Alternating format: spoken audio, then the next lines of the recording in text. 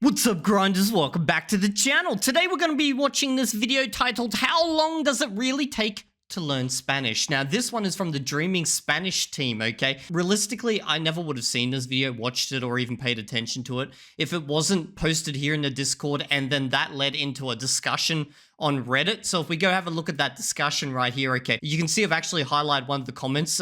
We'll get back to this in a second, but basically, apparently there's a lot of people that are unhappy about this video, especially around the roadmap side of things. But someone posted this here. Did anyone else notice they posted this video with a YouTube thumbnail, jab at the 3-month time frame on the same day Evildea had just posted his on the same subject? Now, if I go have a look, this is the thumbnail. Fluent in 3 months. How long does it really take to learn Spanish? Unless this video is actually about fluent in 3 months, I don't think it has any relationship with me, because from my understanding, speaking with team members at Dreaming Spanish, there's usually like a 2-week production time frame where, like, you know, it's almost like a factory in how they produce videos. So they probably produced this like a week or two ago before it even got to, you know, being posted here publicly. But if this is just a thumbnail, that's more interesting, because a thumbnail could be done at any moment. Okay, now we're going to watch this video. I've turned on English subtitles for you all because I know a bunch of you don't speak Spanish. And I've also sped this video up massively because I believe this is like a beginner video or something. I'm not sure. It's just really slow. ¿Cuánto tiempo llevas aprendiendo español?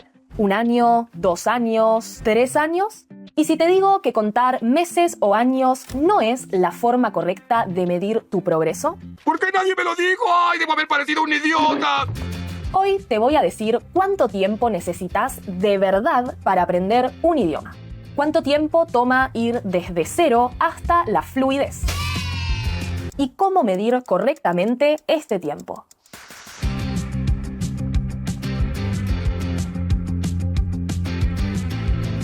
Hola, yo soy Agustina y bienvenidos a Dreaming Spanish, el lugar perfecto si están aprendiendo español. Here's an interesting thing, okay? If you've been following my Dreaming Spanish series, where I've been using their service to learn Spanish, I've been doing it for like a year and 7 months, okay? I've watched a ton of her content, and she often starts her videos with, Hola chicos, you know, like in this way. And because I watched tons of her content, I kind of adapted that and just randomly started using it myself. And in some of my videos I started when I was speaking Spanish, I'd be like, hola chicos. And people were going down the comment section, bro, that's how females speak. Guys don't say that. So that's like one of just the random downsides of like learning this, like using this type of methodology. Now you could say, oh, that's because I didn't get varied enough content to realize that, you know, only girls speak this way. But like, how much content would I need to be able to figure that out? That would be insane. It literally took a comment for someone to say, bro, that's how the girls speak. The guys don't do that. And I was like, oh, okay. I've been doing that a lot recently. But I've been doing it in a really menacing way. I'll be like, hola chicos. So maybe that just brings a new flavor to it. I don't know. But anyway, she's talking about, you know, measuring time it takes to learn a language. I like to measure in hours because hours is one of the best ways to compare. I know not every hour is equal, but like if you want to actually see how much time you've spent with a language, measure your time in hours and you might be surprised about how little time you are actually spending. Like if you actually only count the time you spent with the language, because a lot of people overestimate how much time they've spent. Muchas personas dicen, llevo 1 año aprendiendo español, o llevo 2 años aprendiendo español. Exactly, like 1 year, 2 year, what is that? You did 1 hour a month? Or you did like 3 hours a day? What is it? Pero esto realmente no nos dice mucho. Hay personas que pueden estudiar español 10 minutos cada día, otras que toman una clase por semana, otras que estudian varias horas por día. Y para cada una de esas personas... That's where I was for the last year and 7 months. I was in the 2 to 3 hour range. Bro, I can't believe I actually did so many hours so far. And still going. Un año es muy diferente. 2 personas pueden decir, yo llevo 1 año aprendiendo español. Y una puede haber recibido 50 horas de input, mientras que la otra recibió 500. La diferencia puede ser abismal. And if you're using the ALG method from Dreaming Spanish and you started with them with no prior study, the difference between 50 hours and 500 hours is actually not that much. At 500 hours, you can't really do too much. You're still watching very basic like, I guess, like lower intermediate videos on Dreaming Spanish, which means you can't really consume anything native level yet. So realistically, 50 hours, 500 hours, not much of a difference if you're using their methodology. You start to be able to actually watch native level content and enjoy it to a degree around the 800-hour mark. Por eso decimos que el enfoque de medir hace cuánto tiempo aprendes español no es el más acertado y que una mejor forma de medir tu progreso es contando la cantidad de horas que pasas en contacto con el idioma. Now, obviously, again, when it comes to hours, not every hour is created equal. Like, even within their methodology, you could spend an hour where you're passively listening and you're doing something else. I wouldn't even count that hour. Then you got an hour where you're engaged with something that you understand the vast majority of it, but because you understand so much of it, you're not getting much out of it either. There's not much to learn from that content. And then if you cross-compare this to, say, different methods where you spend like an hour and just straight up Anki, okay? Bro, in 1 hour, you could learn so much. Now, obviously, you got to go reinforce that with input later, but still, like, what you do with that hour in the long run could make a very big difference. Basically, what I'm trying to get at is that you can't really compare hours across methods, but you can compare hours against yourself to know if you're actually spending the time. Y bueno, esta idea no es algo que inventamos nosotros. Es un tema muy estudiado y uno de los investigadores. You know, I'll just talk realistically from my own perspective, okay? So what am I? I'm like 1,400 hours with Mandarin Chinese, okay? And I'm 1,100 hours with Spanish. My Spanish and Mandarin Chinese comprehension levels are similar, but Spanish is a category 1 language, Mandarin is a category 4 language. And those categories, they mean something, as in like they're a lot harder to learn a higher category language for an English speaker. And at 1,400 hours Mandarin Chinese, I'm probably around a B1 plus level of speaking, although some people say I'm higher, some people say I'm a little bit lower, but it's a B1 plus, somewhere around there. With Spanish, my speaking level's like A1-ish at the moment, like barely type of thing. Like I'm starting to form sentences, and maybe by 1,400 hours I'll match my Chinese. And if that's the case, it just shows between the two methods that I used, the one that I used for Mandarin Chinese, time-wise, it got me way further ahead, because I'm pretty sure if I used the method that I used for Spanish, this Dreaming Spanish ALG style method, I would equal my Chinese probably around 2,400 hours, you know, somewhere around there. Que más se destacaron en este tema fue Stephen Krashen.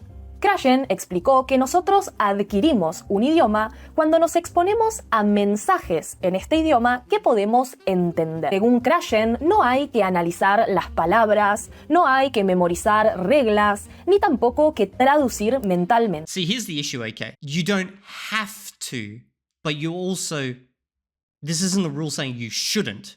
And realistically, I would advise you to analyze the rules. I would advise you to look up words you keep hearing and you don't understand. Like, these are all things that just assist in your comprehension. They make things more comprehensible. Translate mentally.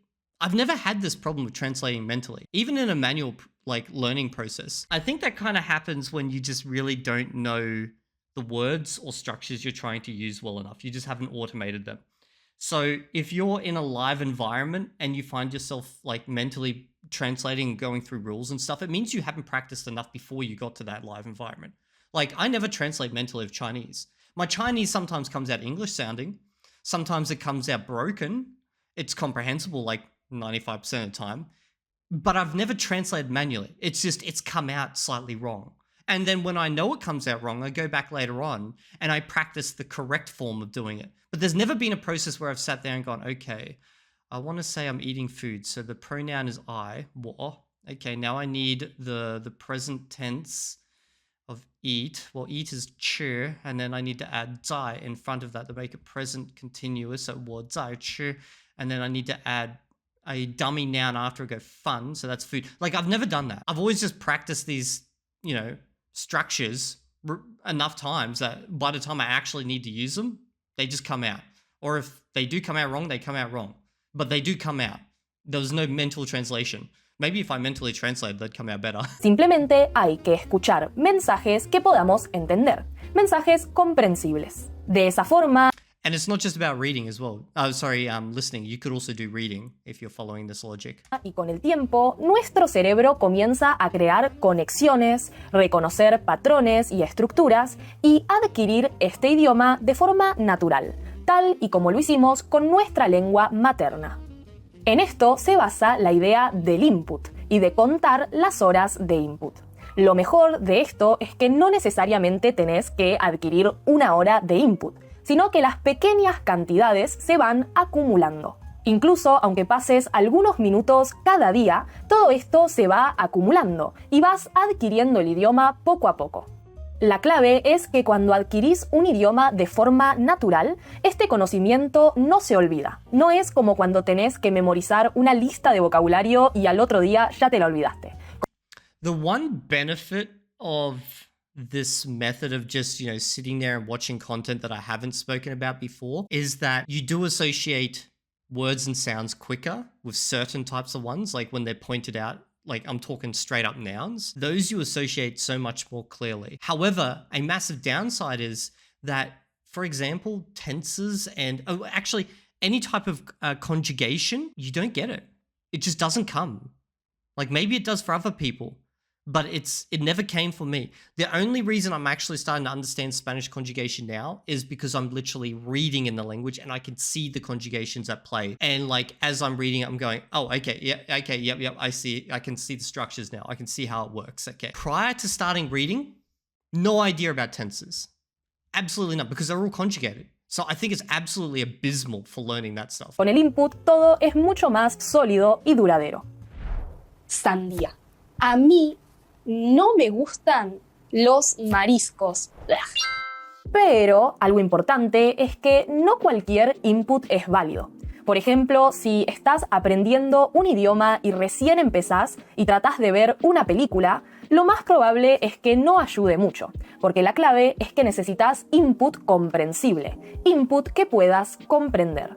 Simplemente escuchar a alguien hablando un idioma por horas y horas no es suficiente. Necesitas que el nivel sea el adecuado para vos. Okay, so far I'm not seeing anything in this video that's be causing any controversy. I've already known about their beliefs around this already. Que sea lo suficientemente fácil para que vos puedas comprenderlo. Y aunque no necesitas entender cada palabra, sí necesitas entender la idea general, el contexto o el mensaje general. ¿Así de fácil? ¡Sí! ¿Y qué pasa si literalmente no sé nada? ¿Qué pasa si mi nivel es 0? No hay problema. Incluso si nunca escuchaste ni una palabra del idioma, podés aprender con input comprensible. Aunque no You can, guys, you can do that. I did it. But by God, that first 50 hours is pain in a lot of ways. It took me 50 hours to understand what comma meant. And the most crazy aspect, and I know for Americans, you might be thinking, what do you mean? I knew that and I don't even speak Spanish. Okay, I'm in Australia. I never heard Spanish. Okay. But the crazy aspect about that is, if I literally just looked it up, I would instantly recognize it as just basically the Spanish way of saying kiel in Esperanto. It works exactly the same. And it took me 50 hours to figure out that it meant how, and then it probably took me quite a bit more before I realized it could be used as, and then at that point my brain went, oh, it's Esperanto kiel. And then from that point on, I've always just understood it in every single context it's used in. I could have used my prior knowledge of Esperanto there to just massively boost me in that regard. And I'm sure there's tons of instances, because obviously you guys don't all speak Esperanto, although some of you do. Shout out to the Esperanto speakers down there. But I'm sure there's plenty of instances with, English where there's crossovers where if you just looked up that one thing, it would take you 1 second. It would instantly stick. sepas nada, es fácil relacionar los sonidos con los conceptos. Por ejemplo, mira a ver si podés entender esto. ¿Quieres una bolsa? Sí, por favor. ¿Quieres una bolsa grande o una bolsa pequeña? Una bolsa grande. Bueno, ¿Y entendiste? Eso es lo bueno del input comprensible. Incluso si eliminás el sonido, todavía podés entender qué pasa en ese video. Así que sí, podés. I'm actually curious who this video is for. It's in Spanish. If you're understanding Spanish at this level and you're not using their service, maybe it'll make you go, okay, well, yeah, I see the benefit. I'll go watch content on their service, but you're not going to suddenly start following their method if you already got to this point by yourself. Who is this video for?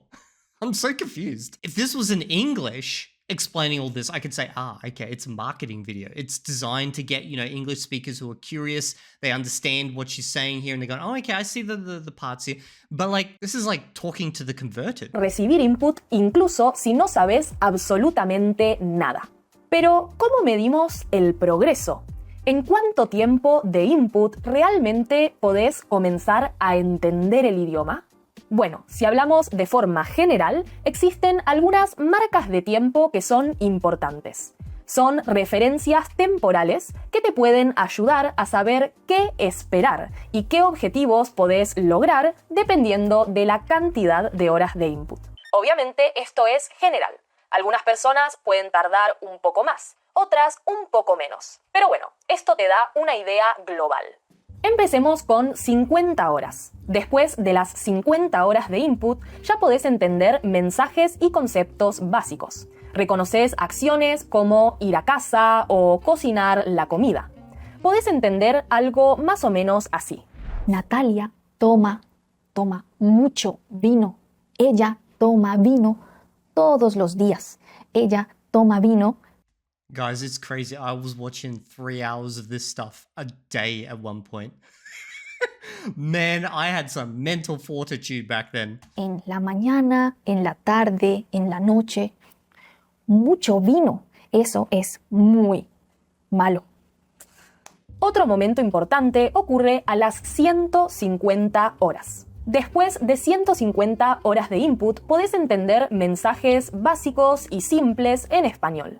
Además, Okay, what she's saying right now is she's basically just talking out the roadmap. She's saying by 50 hours, you will be able to say what the 50 hours says you can do. And then 150 hours, you'll be able to, understand what they say by the 150 hours.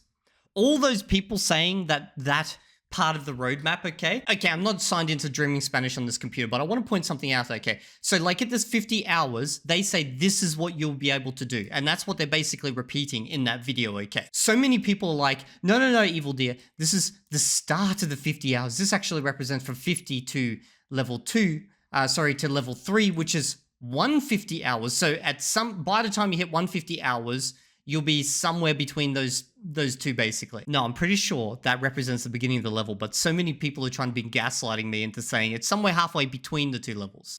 ya no necesitas tantas ayudas visuales como antes. También empezás a intuir, a tener esa intuición por la gramática del idioma. Empezás No, you don't. You don't understand the grammar of the language at that level. a detectar qué suena natural y qué no. Todo You don't really know what sounds natural either at that level. esto significa que el ritmo, la velocidad a la que aprendes se acelera. De 0 a 50 horas es mucho más lento. Ya de 50 a 150 horas el ritmo es más acelerado. Con 150 I'm watching this video now at what speed? At 1.5. I don't know what level this video is meant to be. horas de input, ya podés entender a una persona que habla lento y claro. Y podés entender videos como este. Cuando me siento mal, yo miro en esta caja, esta caja. Yo busco una medicina, ¿sí? Y en este video vamos a ver todas las medicinas que yo tengo en esta caja. Con 150 horas ya es un gran avance. Pero veamos qué pasa con 300. Con 300 horas ya podés entender a personas que no son profesores. I'm going to be honest, guys. If you're following this method from the start and you've never done Spanish before, do not expect to be able to do much with the language before 600 hours. Before that point, you're literally in baby land. You will never be able to truly enjoy anything outside of these comprehensible videos. So if you do plan to follow this, understand that you're going to be in it for the very, very long time before you're able to actually even start touching basic native content. A personas nativas. Ojo, no vas a entender todo lo que dicen, pero vas a entender una buena parte. En este punto No, you won't. No, you won't. ya estás en un nivel intermedio. En este nivel ya no necesitas ayudas visuales. Todavía Okay, so halfway through the intermediate levels, when you start to understand native content and get enough to be able to follow the general gist. The advanced level for them is when you're able to follow kind of like scripted Netflix series and things like that. Prior to that, it's too...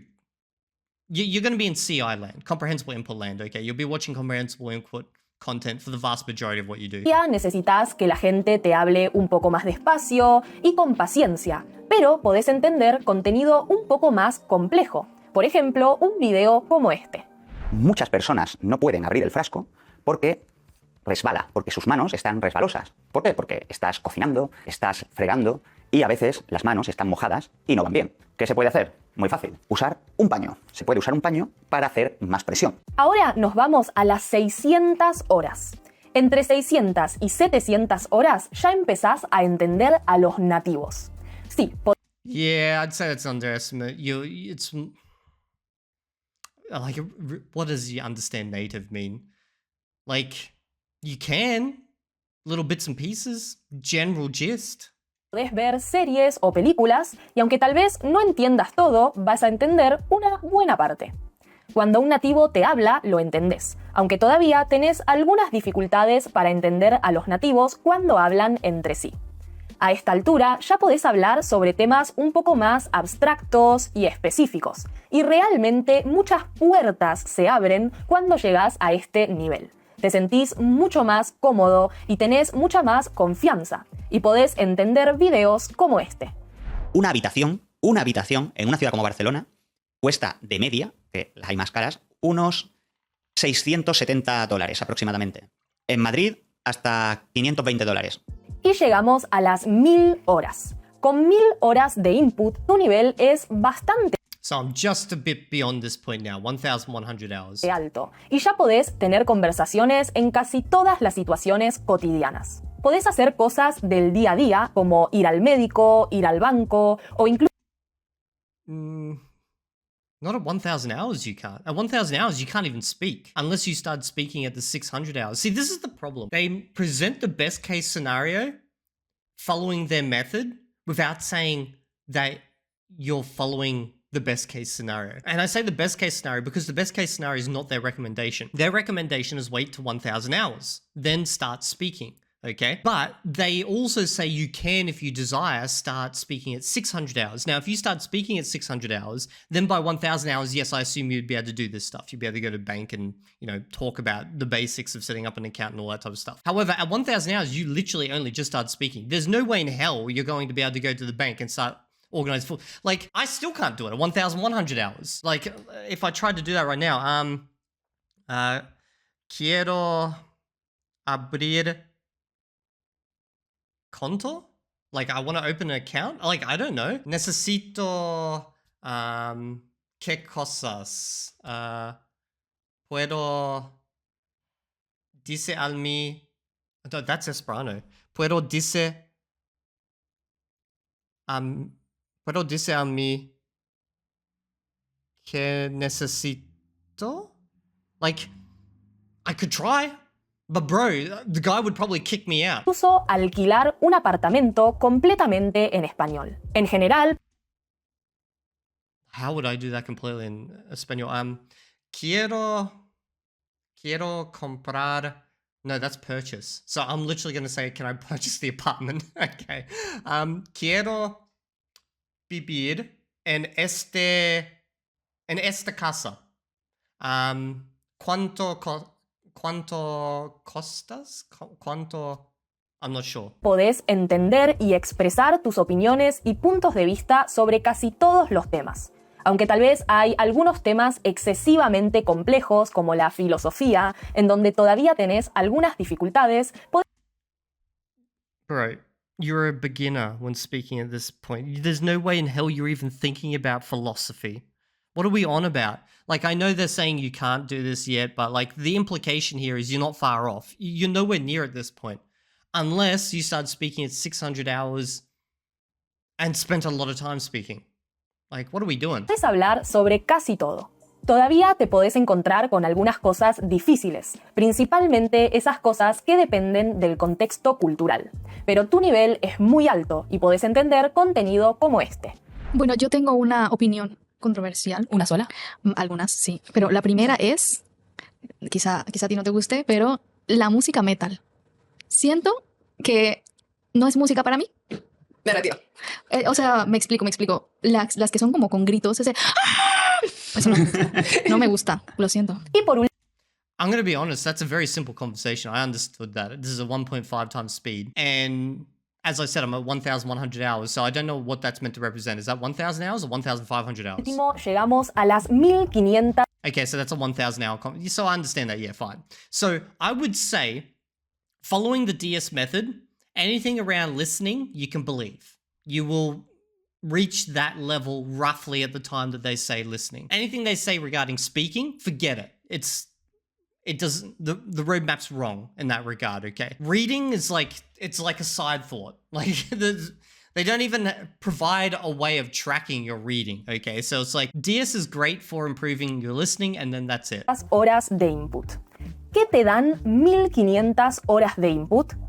Un nivel muy avanzado. Con 1500 horas de input te consideras fluido en un idioma.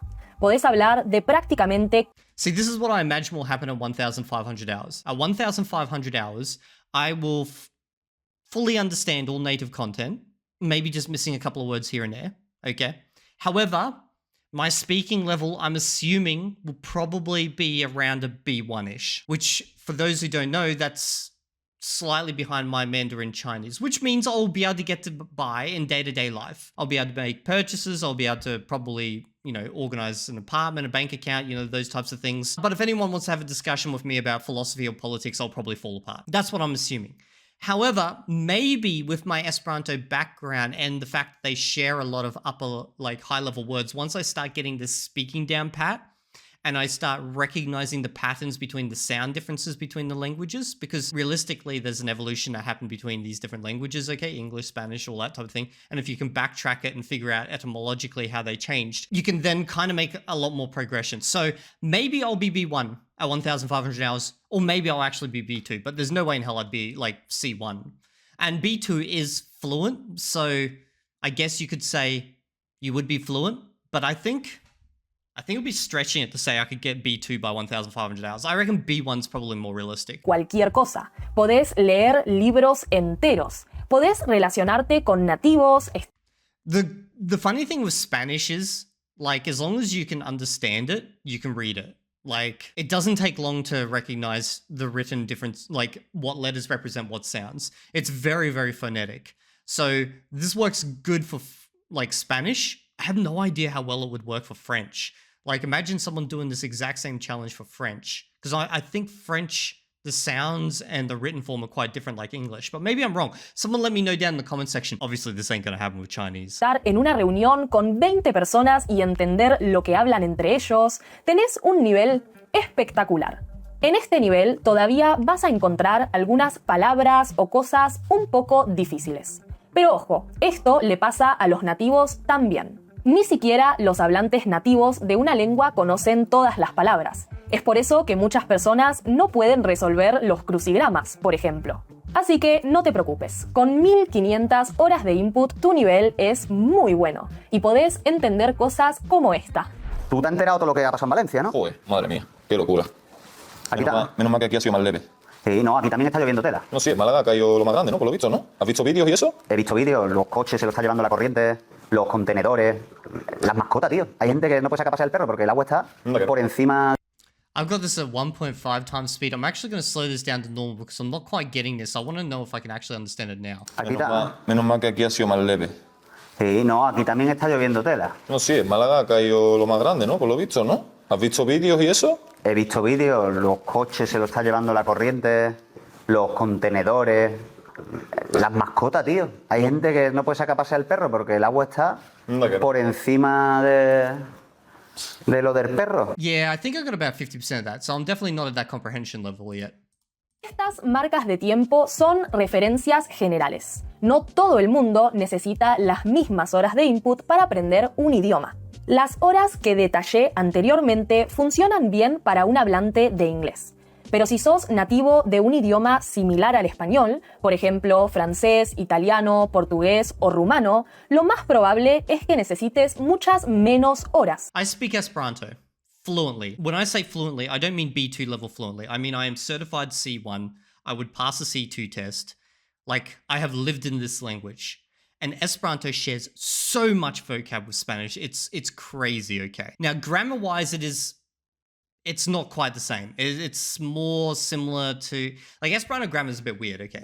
It's kind of Latin, but also kind of not. It's been heavily influenced by Eastern languages. Like, I'm talking like literally languages like Chinese and Japanese have heavily influenced Esperanto's grammar. However, I have progressed at roughly the same rate as anyone else who's doing this method, which means that you actually don't get much benefit from it. So I think, like, Portuguese, I would assume you would make faster progress because the languages are both grammatically and in vocab very, very similar. I don't know French and Spanish, nor Romanian. But with Esperanto, the grammar it's not the same. So I think that's, like, I got a lot of words from Esperanto. That helped me out. But realistically, progression-wise, it didn't speed things up. That's all I'm saying. Incluso, tal vez con la mitad de las horas llegues al mismo nivel. Pero...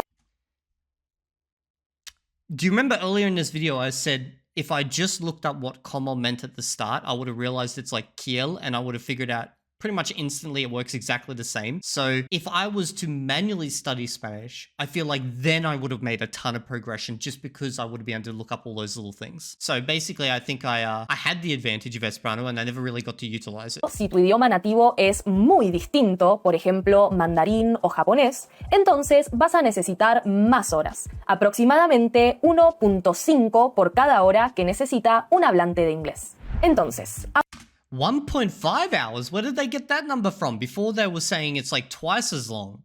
They just downed those numbers a little bit. That's very interesting.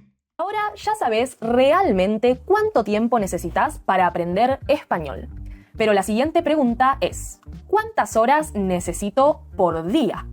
Bueno, no hay un número exacto, y no es que necesites hacer muchas horas desde el primer día. Aunque hagas muy... Unless you're doing a challenge, like me.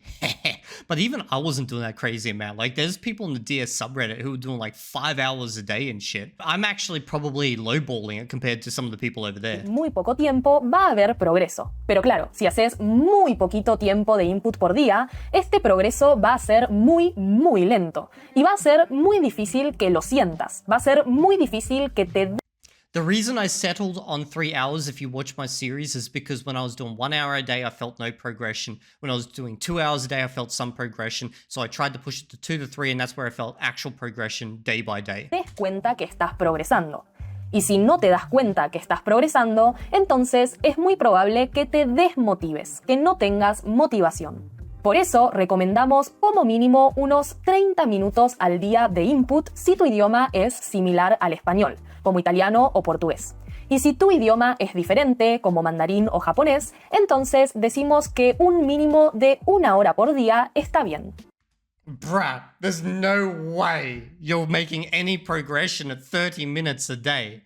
What are we doing? Consistently do 30 minutes a day, you're going to be at this for years. And you're going to be stuck in basic CI territory for years. Oh, God, I would murder myself. But then again, 30 minutes is not much. So you could probably just throw it away. Like, if you don't care about learning the language and you just want to do a little bit and then in a few years be able to watch some Spanish stuff, yeah, I guess 30 minutes a day could work. But if you actually have any desire to, like, watch content in this language, nah, man, that... You have to up those numbers, bro. Up those numbers. Y la siguiente pregunta es, ¿y qué pasa si quiero hacer más? Bueno, se puede. Realmente no hay un límite para las horas de input que podés recibir cada día. Pero cuidado, la idea es no quemarse. Por ejemplo, si te estás forzando a hacer muchas horas de input y ya viste contenido que te interesa, pero ahora tenés que ver más contenido y empezás a mirar contenido aburrido, es probable que te quemes. Es probable que te quemes, que te canses si estás mirando contenido aburrido simplemente para llegar a una cierta cantidad de horas. Por eso, si estás intentando recibir muchas horas de input en un día y ya no tenés contenido interesante o atrapante en tu nivel, te recomendamos que mires algo más fácil y que te interese antes que algo más difícil, pero... I generally find content that's easier to be therefore less interesting. Like, there's very little content out there that I would say is very interesting for me, but also very easy for me. Because once it becomes too easy, it then becomes boring. Because usually it's slow, it's like using very basic words, it's very repetitive, And when you're learning, that's great. You need that. And that makes it more easier to understand. But when you're already beyond that point, it's just like I had people early on when I was around 600 hours saying, Evildea, you got to go back and do more beginner content to make better progression. Like, people were coming up with all sorts of ideas about why my progression was the way it was. And I tried it out. I went back and I watched beginner videos. I did like 4 hours or so of more beginner videos when I was already like at a mid-intermediate level. It was a waste of time. It was like brain-numbingly slow. Que te aburra. Digamos que la prioridad es no aburrirse. La prioridad es que mires contenido que te guste y te interese realmente. Otra clave para no cansarse es no analizar demasiado. Si estás mirando el contenido y estás intentando pensar, analizar y llegar a conclusiones sobre cada cosa que escuchás, es muy probable que tu cerebro se canse muy rápido. Lo ideal es escuchar con atención, pero sin analizar demasiado. Tenés que mirar el contenido, entender la idea general y relajarte. Pasártelo bien. I did a test about this recently. What happens if I watch content where I try to really hyper-focus in on everything they say, and then also times where I just kind of let it wash over me, like the DS way of doing things. So the wash over way, yeah, it's like you just watch it, you just enjoy it, you understand it, or you think you understand it, but you're not really thinking about it. Yeah, you don't get tired. If you super hyper analyze, I find you actually understand more and therefore you make better progression, but yes, you do get tired. Mirando este contenido. Cuando aprendes a relajarte y disfrutar del input, podés pasar de hacer 30 minutos al día a varias horas sin cansarte. Así que, cuando aprendes con input, tenés que recordar 3 ideas. 1. El contenido debe ser adecuado a tu nivel. 2. El contenido debe ser interesante. Y 3. Tenés que aumentar la dificultad poco a poco. Por eso, en Dreaming tenemos contenido de todo tipo y en Okay, so I don't know why this video was so controversial. This literally just reflects exactly what they've been saying this whole time. And I'm going to say exactly what I've always said. Yeah, you can learn a language doing this method. It's slow. It's inefficient. You can't do it. It's got the benefit of being the easiest method out there. However, you will only reach, like, I believe by the 1,500 hours mark, the best I could possibly attain is a B1 in Spanish, only within certain contexts. And then I'll rapidly fall apart in other contexts because it's just like, I have to practice it in all these different contexts. And it's difficult to do that, for one, because I don't have Spanish speakers around me. But 2, I still don't understand how the grammar of the language works. Like, I understand parts of it now due to the fact that I have just read a lot of subtitles at this point. Okay, so like, I understand that there's 2 genders for nouns. Male nouns usually end in an O, female nouns usually end in an A. However, that's not always the case. Sometimes they will end in something else, and therefore this also affects plurality, how that sounds, because, you know, male it's us, female it's us. However, if it's like ending in a consonant like S for plurality, and then, you know, this also affects things like the words for this, that, these, those, you know, these types of things, you know, and then, like, I'm starting to see how the verbs work, at least for the present tense, and then some specific verbs in past tense, very, very few in future tense, and a very, very small number of verbs. So I believe at 1,500 hours, B1 is probably the best I can achieve. I'll try to do better. I'll try to achieve, like, reach higher, but I think that's the best I'll get. Now, can you claim to be fluent at a B1 level and therefore reach what they say in the roadmap? So you can understand any general content effortlessly, including reading newspapers, novels, all types of TV shows, movies. I'm assuming I'll probably be able to do that. You speak fluently and effortlessly without thinking about the language. Well, I don't think about the language at this stage either. It's just very slow to pull things out. While native speakers might still detect a slight accent, the way I'm looking at you guys is because the amount of people I keep commenting saying, bro, this is the first time ever I've heard an Esperanto Spanish accent. Your clarity and fluidity make your speech easy to understand, and no one considers you a learner anymore. You may still make some mistakes and miss specific word here and there, but it doesn't hinder. See, notice here, they don't talk about the type of language you're able to. Because, like, you can be a very fluent A1 speaker, meaning you're able to say things at an A1 level extremely well and reuse an A1 level of the language, and people will assume you are actually better than you are. It's literally what a lot of the fake hyperpolyglots do out there, okay? They get really, really good at just like these basic structures and repeating and re-rinsing them, okay?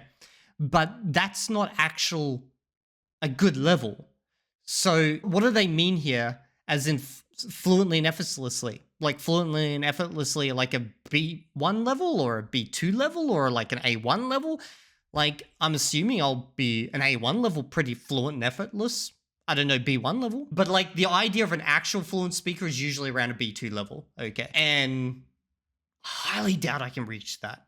If I can, I'll probably be happy, realistically. At the end of the day, I'll be happy no matter what. Like, you know, it's a challenge. I'm doing it for the YouTube audience, I guess. But they're definitely not pulling back on the claims. After my previous videos, lots of people were saying that they believe Dreaming Spanish will eventually pull back on a lot of these claims. I don't think so. They're gonna knuckle down on this shit and keep making this claim because it's a beautiful claim. You know, it's a beautiful thing to be able to sell, to say, you will just speak, you know, fluently and effortlessly as long as you sit here and do 1,500 hours of input, not output. Input. I don't know what else to say. I'm just gonna wrap up this video here. If you guys have enjoyed this react, let me know. I don't know why this one was so controversial.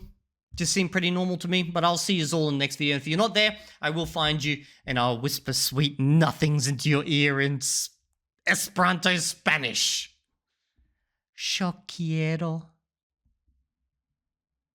matar a este hijo de puta.